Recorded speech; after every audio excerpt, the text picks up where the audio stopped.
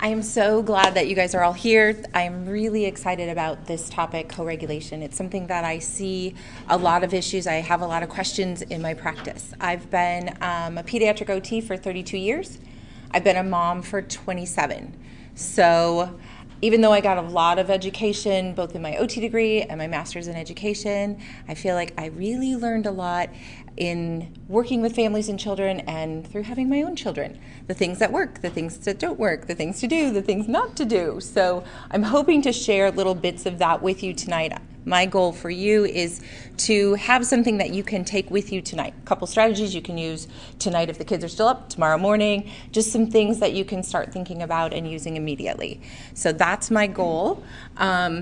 Couple key concepts that I'm hoping to conglomerate in this, just so that you have three things that you sort of remember or hang on to. One, co-regulation actually starts with regulation. And so we're going to talk a little bit about regulation.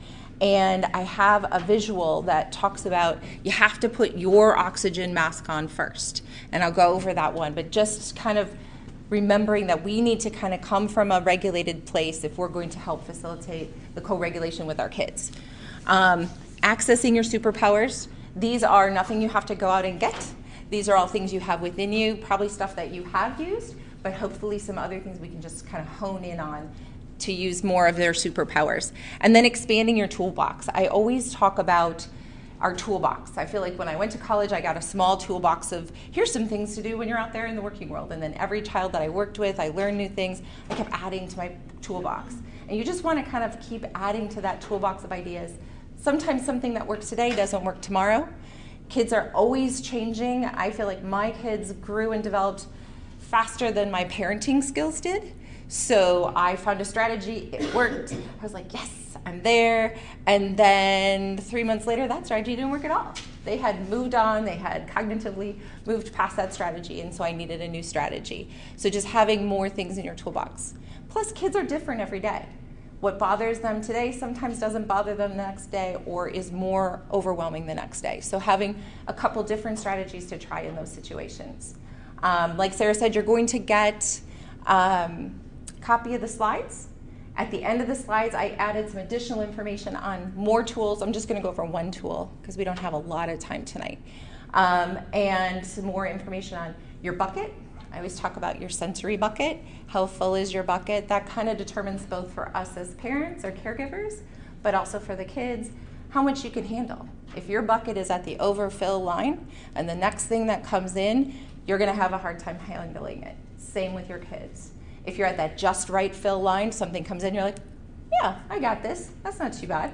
And you'll handle it. You might not be happy about it, but you'll handle it. And then also, I have something on tantrums versus meltdowns. When we see kids get overdone, it's important to try to look at it as, do we think this is a tantrum? Do we think it's more of a behavioral, I want that toy, I want that cookie, and I'm going to throw a little fit until I get it? Do we think it's more that? And those tend to be a little more short-lived. They tend to be, if I were to give you that, it probably would stop right there. And I don't know if you've ever had that, like, you give something, stops, all the tears stop. That's more of a tantrum, but if it's a full meltdown, more of a sensory overload, they don't even know what they want anymore. They're so overdone. They just don't even know. And so you could give them their favorite toy or their favorite movie, they're still upset. So those are kind of different perspectives to come at, when you're trying to co-regulate. So we'll think about those too, but there's more on those towards the end. So like I said, co-regulation starts with regulation. So regulation is active. It's a process. It's something that is intentional, which is what makes it a little harder. It's not just, I'm happy and calm and just feeling great all the time.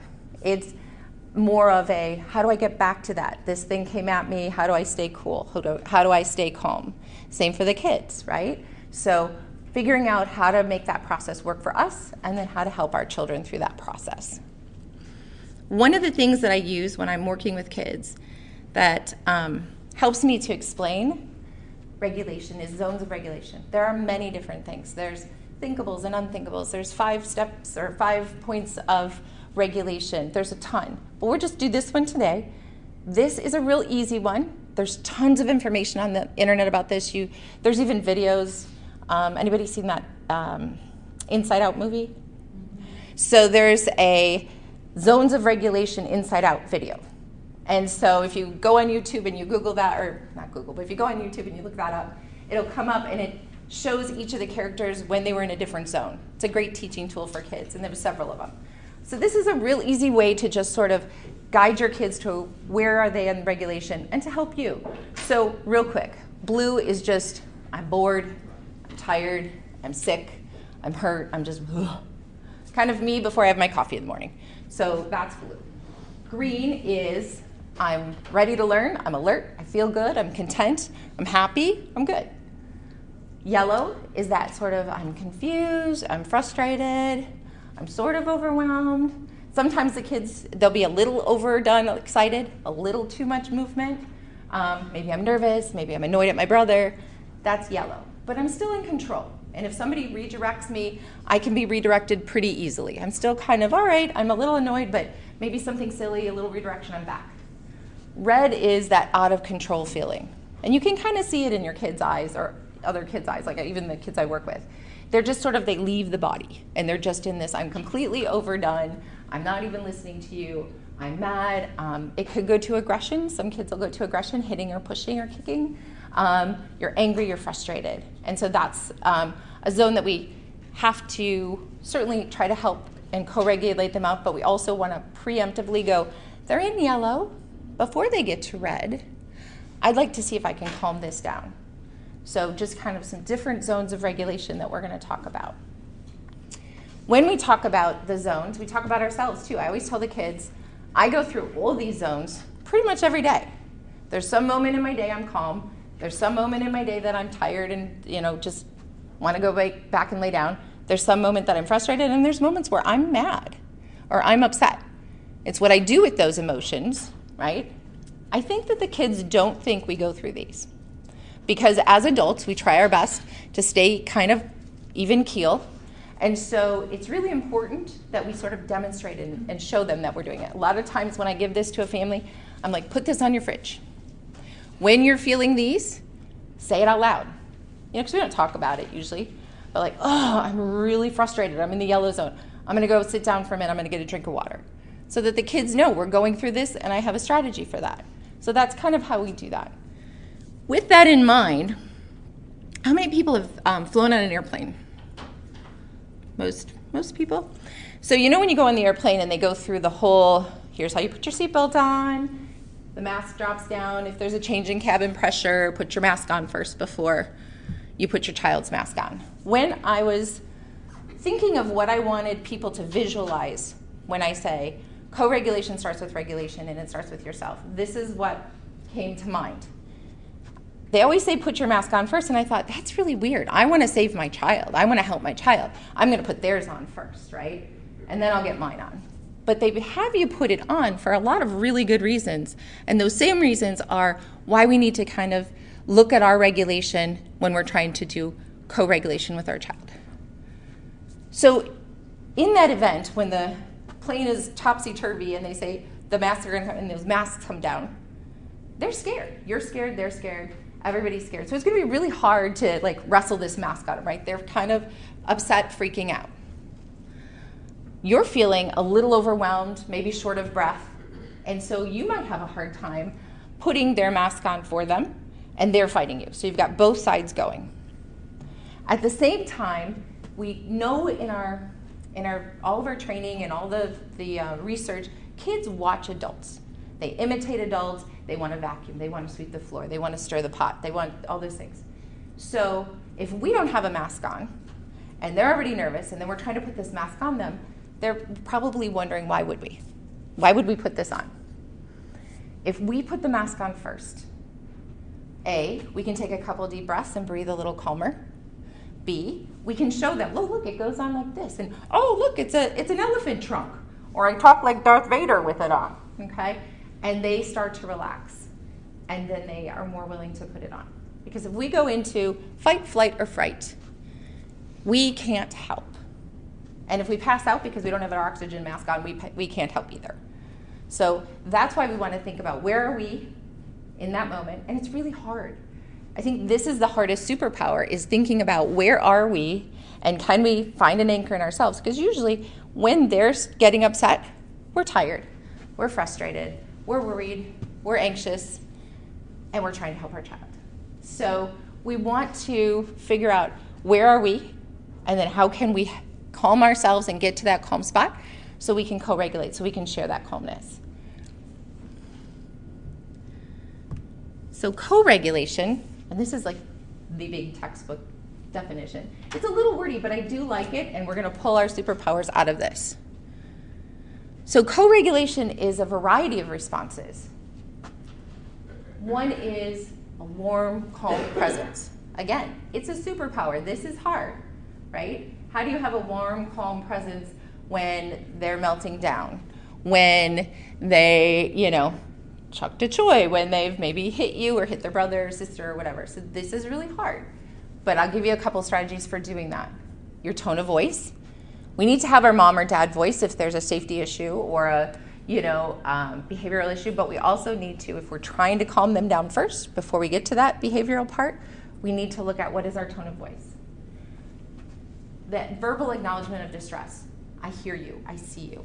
Acknowledging that, yeah, I see you're mad, I see you're frustrated, I get it, but we're still gonna work together on this. Modeling behaviors. Kids imitate us. So modeling the behaviors, the calmness that we want them to kind of absorb.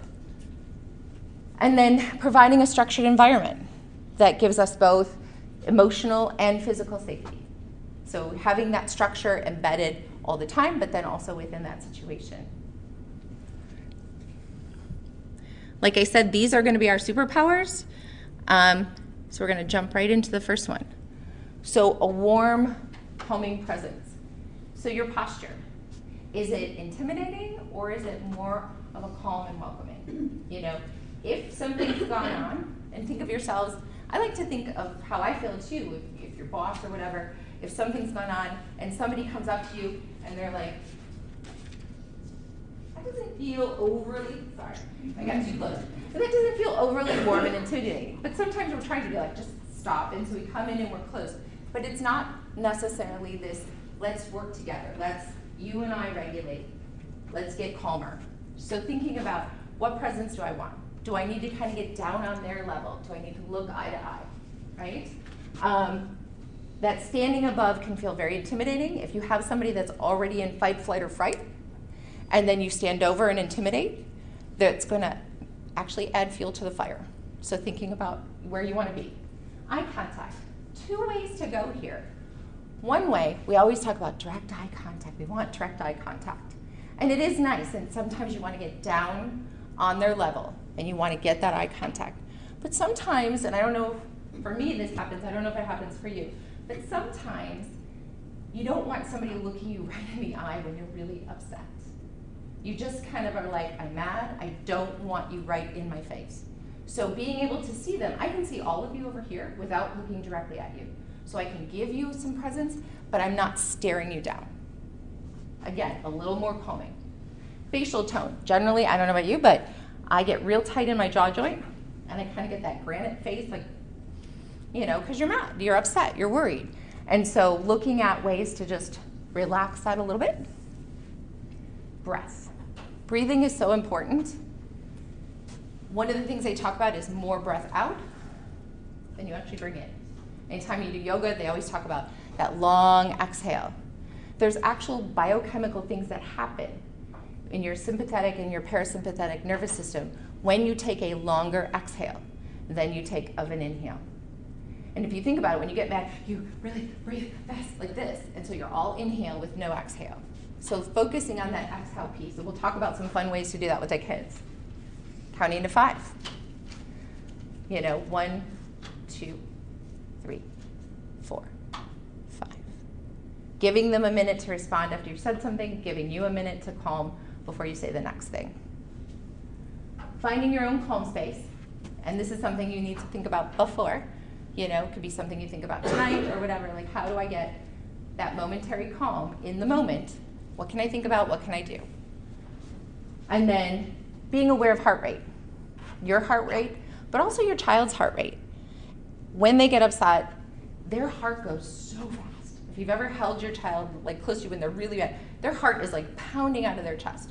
So finding those ways that we can slow that heart rate down, slow that breathing down.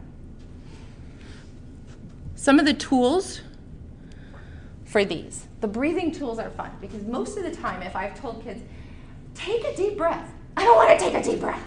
I don't want to breathe. Which if it's an older child, we usually joke and I go, well, then you're going to pass out. But some fun ways to take a deep breath, bubbles. Bubbles are great. Again, you're getting in the yellow zone, you're getting upset, or something's coming up that might be difficult. Getting out the bubbles and taking a deep breath and trying to blow as long as you can to get as many bubbles as you can. Blowing out candles. It might be actual candles, or it might be the 5 candles you have on your hand. So I always tell the kids, smell the birthday cake, blow out the candles.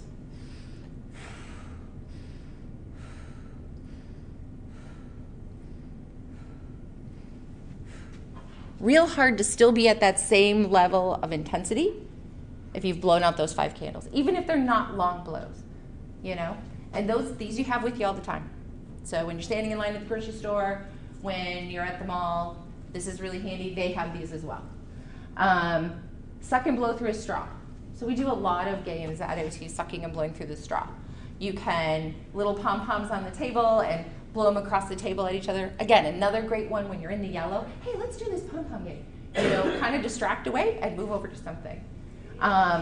You can pick up Cheerios or little fishy crackers, pick them up, put them in a bowl. So suck on the straw, put them in a bowl. That's always silly. You can also do, some of the kids as they get older, we do tic-tac-toe. I've done where I have little squares of X's and O's. You suck it up with a straw and then you put it down on the spot that you want. So just different ways you can kind of integrate breathing without telling them just take a breath. Blowing a whistle, a harmonica, any of those kind of instruments is great. Pinwheels 50-50 because sometimes they get stuck and then they get mad. But like a whistle or a harmonica usually works pretty consistently. Tracing a breathing square or lazy 8. Again, on your hand, you've got a square. Breathe in, breathe out. Breathe in, breathe out. They can be sitting on your lap at the doctor's office and be nervous, and they can just be against you, and you can take their finger or trace on their hand. You don't have to tell them to breathe, you just have them against you and you're breathing. And it takes them down a notch. Facial tone. So again, that tightness in your face. One of the best is doing pufferfish and doing that as the adult. So I'm frustrated, you're upset, you're whatever. I'm trying to calm myself down and sort of bring that co-regulation to you. So I'm going to pufferfish. You're going to relax this, and it's kind of silly. And sometimes it's that one little thing that just takes them like, oh, what is she doing? Why is she doing that? And if you're not all the way into the red, it can just make that little turn. You're looking for that one thing that just turns the situation. And then also any kind of lip movements. And you can do that with breathing, and it can be your exhale. And that's how you're finding your calm zone, right? You're doing that longer exhale. That's how you're finding it, and you're also demonstrating it for them. And then getting down on their level.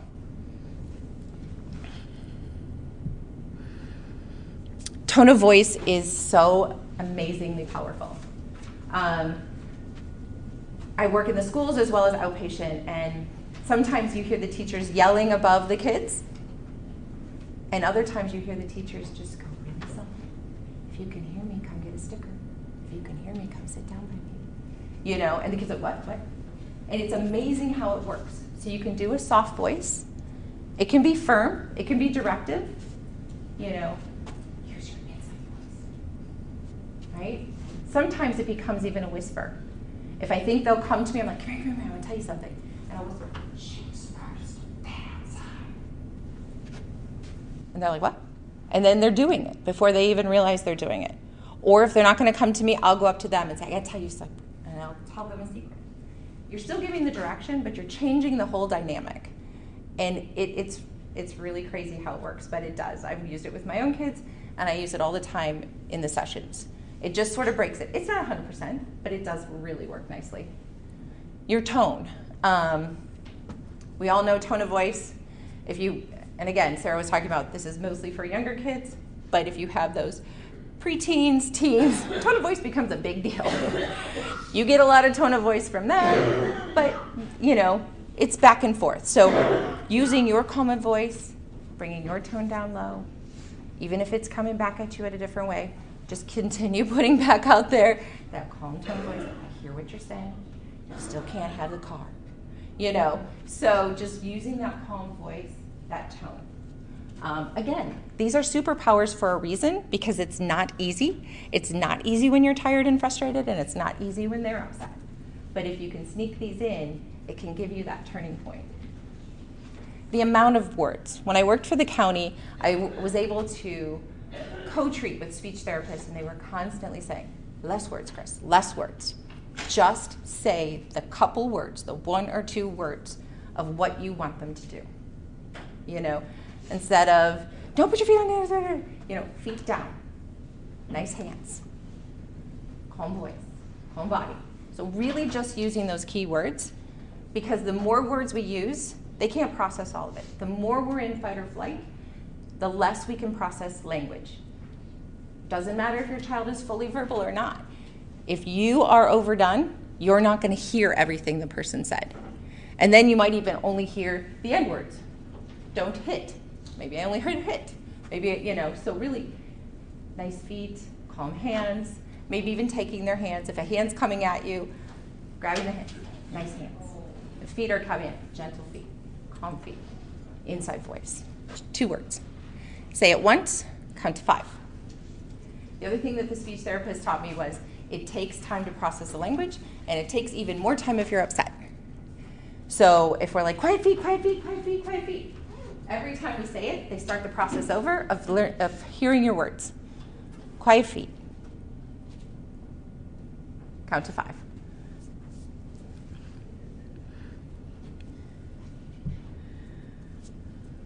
Choice of words. Talked a little bit about it before, but you come in and the room is trashed. Trying to switch it around both for you and for them. Okay, so you guys had a really good time, and there's toys everywhere. So instead of what a mess, saying, oh, I can see you had a good time. Let's clean this up together. Do you want to put away the cars or trucks, or should I put the cars or trucks away? Pick 2 different things. Help them get started. Give them choices. So trying to turn the stage on, like, what I really want to say is, oh my God, I told you we needed this picked up before we left. But can you turn that around? They're running all over, but they really wanted a snack. When you sit down, you can have a snack. Letting them know that they have a choice. You can have a snack whenever you want, but I need you sitting over here. Again, whispering, tell them a secret in terms of their tone of voice.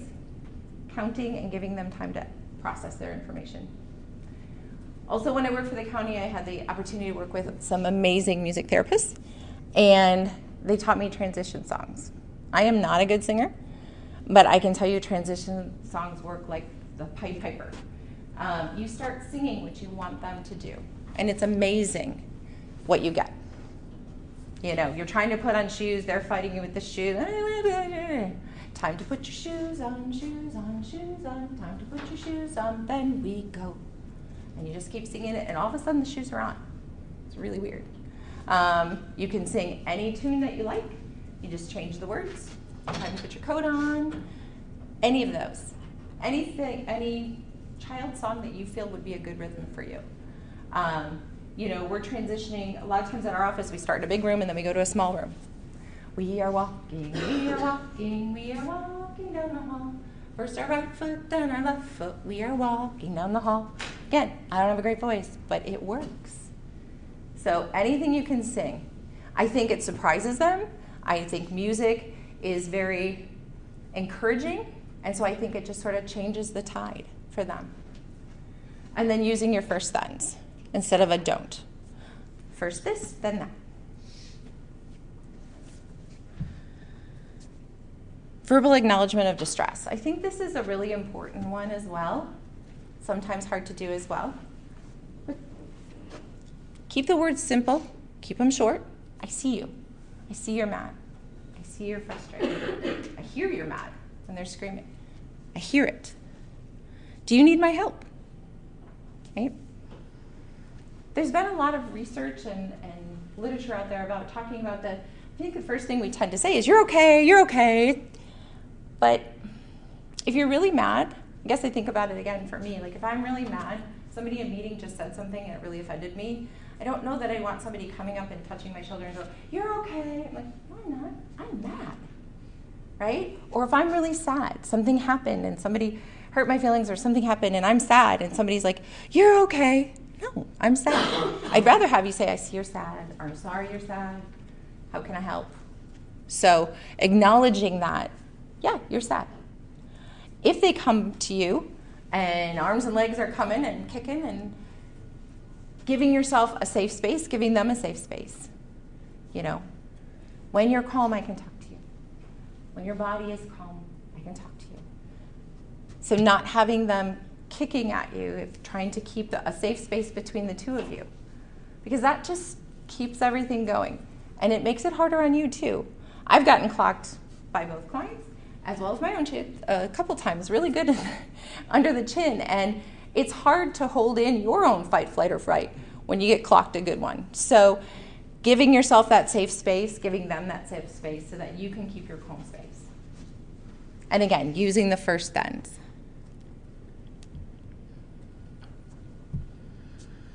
Modeling behaviors. And a lot of what we've talked about already has that in there, but really kids imitate adults. They watch us, they imitate our actions, they imitate our words. Sometimes you'll hear them playing with their toys and some of your comments will come out. So they really do. Even people within the same room do what we call entrain. If you walk into a room, like especially one of the, like a spa or something, I mean, they have the music on, but everybody's talking calmly, and and it just kind of takes you down a notch. If you walk into a room and there's just a lot of tension and anger, or a work environment that's kind of hostile, and you're like, you can feel it. Even as an outsider, you can feel it. So we do entrain to each other. So with that in mind, we know we can co-regulate with others, especially with our children. So it's a matter of how do we entrain with them? Again, modeling that breathing, modeling that tone of voice, that calm presence. Demonstrating the zones as much as you can. Talk about it. Talk about how you're feeling. Talk about what you're going to do to make yourself feel better, calmer. Modeling with songs, a cleanup song. Make something silly. A lot of times I have kids that want to throw something. Great, let's get a laundry basket and throw the toys in the laundry basket. Make really loud noise. And I'll start a couple of them and I go, your turn. And all of a sudden they're finding any toys they can to throw in the laundry basket and make a loud noise. Fine, we cleaned it up. We got the whole room cleaned up without me saying, clean up your toys. Divide up the tasks. I see all the books are out and all the puzzles are out. Would you like to do books or puzzles? At calm times, using stuffed animals or action figures to sort of talk it up. Boy, I'm really bad. Oh, doing a lot of silly games, role-playing, acting it out. And then the last one, that providing that structured environment that supports their physical and emotional safety, and yours as well. Visual schedules are amazing with kids. If you think about it from a kid's perspective, we kind of just take them through the day. We try to tell them what's coming.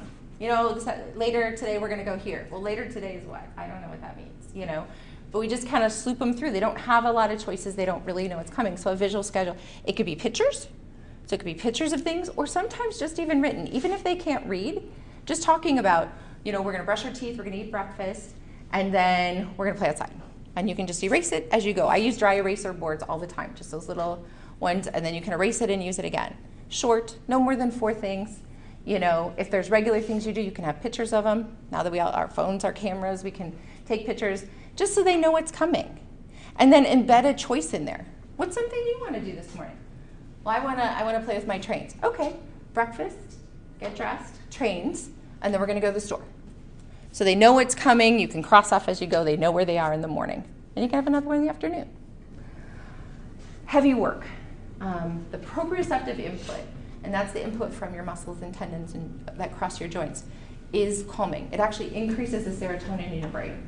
So lots of doses of heavy work, helping you push, pull, carry a bag of groceries in, push the laundry basket down the hall, pull brother on a blanket around the house, any of those kind of things, especially before a time that you know is going to be in particular maybe a challenge or a trigger.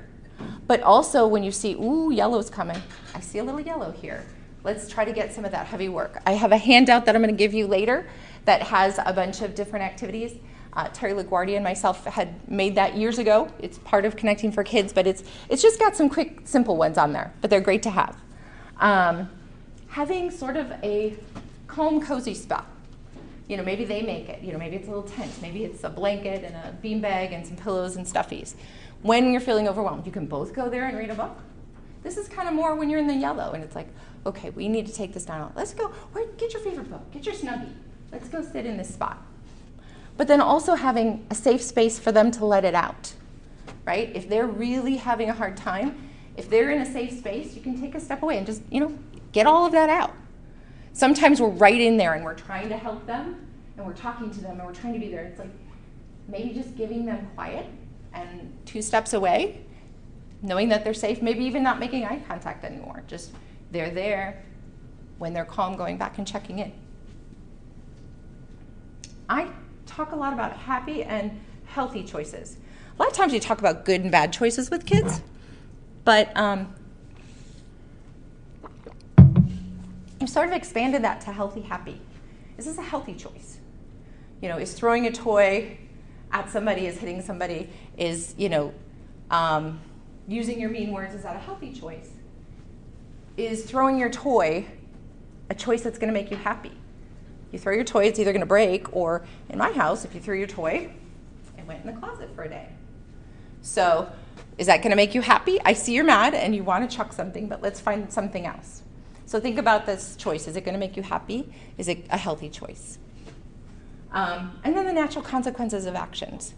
Having something that's immediate and right there. Like we threw the toy, it's going to go away for an hour, away till tomorrow, that type of thing, versus you threw the toy, no dessert after dinner, way over here in the other end of the day.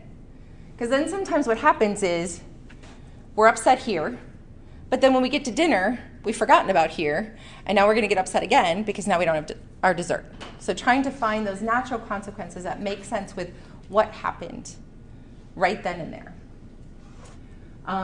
The redirection, when you're seeing that yellow zone coming, some kids go all the way into red really fast, so there's strategies and there's reasons for that, but if you see that yellow zone, if you see them becoming overdone, can you do a redirect? Being silly, grabbing a book, change the conversation. A lot of times changing the room. If you're really mad right here, sometimes I do a scoop and go, and we squish into a pillow somewhere else, or let's go get a drink of water. Let's go. Sometimes you just need to leave the room because it's all spiraling here, and we'll go in the kitchen. And for whatever reason, that isn't here, and it takes them down a notch. And then taking a cool down time, a sensory break. Again, some of those heavy work activities. So we're almost to the part where we're going to start discussing some things amongst ourselves. But working together with your kids, right? Thinking of it as working together. Discussing and practicing some of the different strategies to do during those happy, calm times. Acting things out, role playing, modeling for them. Giving them lots of choices. Adult chosen choices, but lots of choices. You don't care what color plate they get, but you can go, do you want the red plate or blue plate for breakfast? You don't care what, maybe, do you want the blue shirt or the red shirt? As many little choices as they can have in the day, as well as the visual schedule, gives them some sense of control. We're partners in this. You get some say in your day, but I also have some say in your day. There's certain things we have to do, but then there's certain things you can choose to do. And then trying to find that time, especially I feel like with my 2 kids being 20 and 27, finding that even if it's 2 minutes, that joyful moment, something fun, a snuggle, a hug, whatever, finding that time. Because if you're working and you're trying to manage your house and you're trying to manage 1, 2, 3, 5, however many kids and all the different things that go on, plus you're tired, you're tapped out. finding that joyful moment that both of you can think about later, like, oh, that little snuggle was so nice. It was 1 minute, and the rest of the day was chaos, but it was really nice to have that couple snuggle time. So finding those joyful moments too.